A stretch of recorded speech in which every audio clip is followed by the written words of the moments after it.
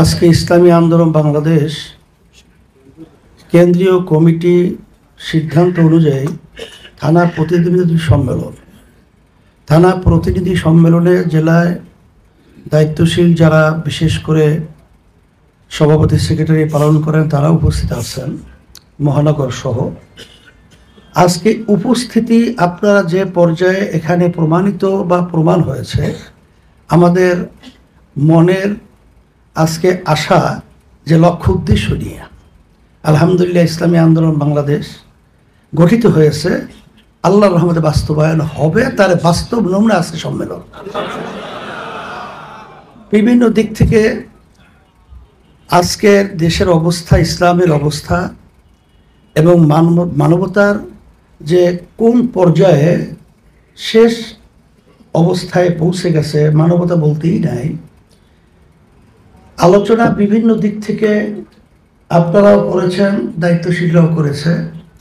এখন কথা হলো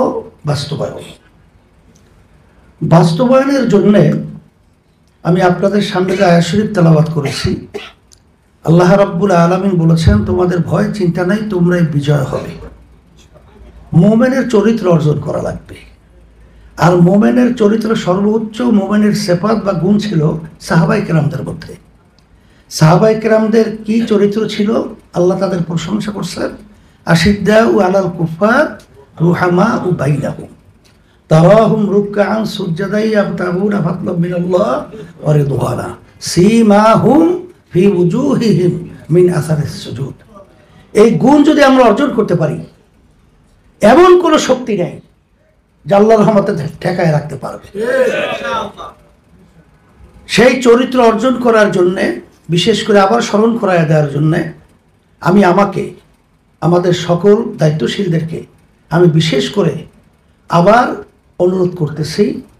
আর সাথে সাথে দেশের অবস্থা তো আপনারা জানেন, আর ইসলাম মানবতার অবস্থা তো জানেন, যে বর্তমান সরকার যে কার্যক্রম পরিচালনা করতেছে ভারতের পরামর্শ ভিত্তিক, আজকে আমাদের দেশের জনগণের বাক স্বাধীনতা, রাজনৈতিক যে দলগুলো বাংলাদেশে রয়েছে, দেশের কল্যাণ, ইসলাম মানবতার কল্যাণের জন্য তাদের উপরে যে জুলুম, নির্যাতন, স্টিম লোরার যেটাকে বলা হয় জুলুমের, সেটা পরিচালনার মাধ্যমে আজকে সব স্তব্ধ করে দেওয়ার মতো পরিবেশ তৈরি করেছে।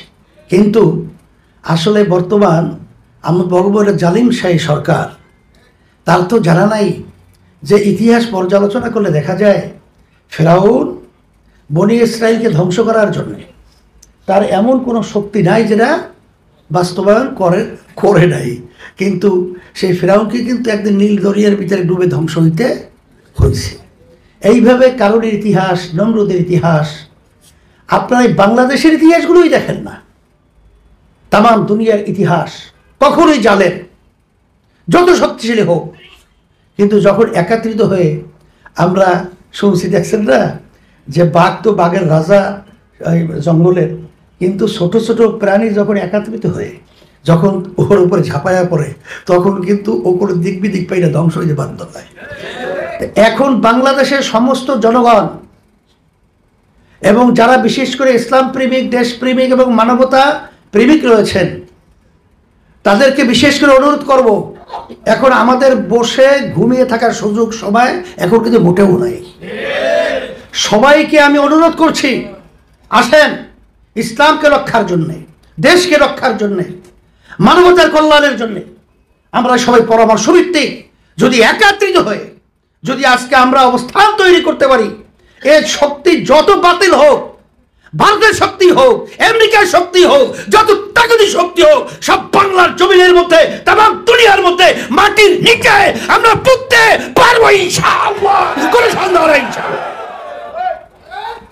কোনো ভয় আছে নাকি? ভয় থাকবে না। আল্লাহ আমাদেরকে বলছেন কোনো ভয় নাই, তোমরাই বিজয় হবে। তাই সেই হিসাবে আমি বেশি কথা লম্বা না করে নিজেদের ভিতরে কোন্দল সমালোচনা বাদ দেন। আজকে ঘরের ভিতরে আগুন লেগেছে, ইসলামের ঘরে, দেশের ঘরে আগুন লেগেছে, আর আজকে বসে বসে আমরা নিজেদের দোষ এবং যেটা গীবত বলা হয়, এক অপরাধ আরেকজনের বিরুদ্ধে বিভিন্ন ধরনের আমরা তো আলহামদুলিল্লাহ অনেকটাই ভালো, কিন্তু তারপরেও তো আমাদের এই দুর্বলতা এই কারণে আসে। আর সাথে সাথে যে পরামর্শগুলো আসছে 3 শর্ত 3 সবক এবং বিভিন্ন বিষয় যদি আমরা কার্যক্রম পরিচালনা করতে পারি, আমি সারা দেশে সফর করার পরে বিভিন্ন রাজনৈতিক দল, বিভিন্ন অঙ্গনের পেশাজীবী তাদের সাথে যখন আলোচনা করছি, তখন আমি দেখছি ইসলামী আন্দোলনের প্রতি সবাই কিন্তু একটা আন্তরিকতা তৈরি হয়েছে। আর এই আন্তরিকতা ধৈর্য রাখার দায়িত্ব কিন্তু বিশেষ করে আপনাদের। এর জন্য আজকে সম্মেলন। আপনারা দেখেন বাংলাদেশের ইতিহাস, বামদল যাদেরকে বলা হয়, কমিউনিস্ট যাদেরকে বলা হয়, যারা ইসলাম বিশেষ করে অনেকটাই নীতি আদর্শ তারা পছন্দ করতে চায় না, কিন্তু ইসলামী আন্দোলন বাংলাদেশের পক্ষ থেকে যখন তাদেরকে দেশের জন্য, এই কল্যাণের জন্য, মানবতার যখন আমরা তাদেরকে আহ্বান করেছি, এক টেবিলে একত্রিত এই সমস্ত ওই বাম দলগুলো একত্রিত হওয়ার ইতিহাস বাংলাদেশের নজির আমার জানা নাই। এই কথার মাধ্যমে কি বুঝাতে চাই, তাদের ভিতরে একটা ইসলামী আন্দোলনভাবে আস্থা তৈরি হয়েছে। এই আস্থাটা ধরে রাখার দায়িত্ব কাদের? আমাদের।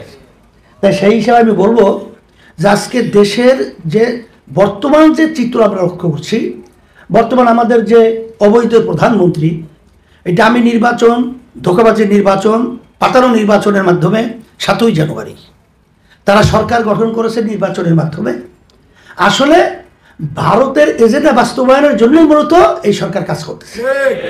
আজকে যে চুক্তিগুলো হলো, প্রধানমন্ত্রী কি নিজে স্বয়ং বলতে পারবে যে দেশের কোনো স্বার্থ একটা চুক্তির ভিতরেও রাখা হয়েছে?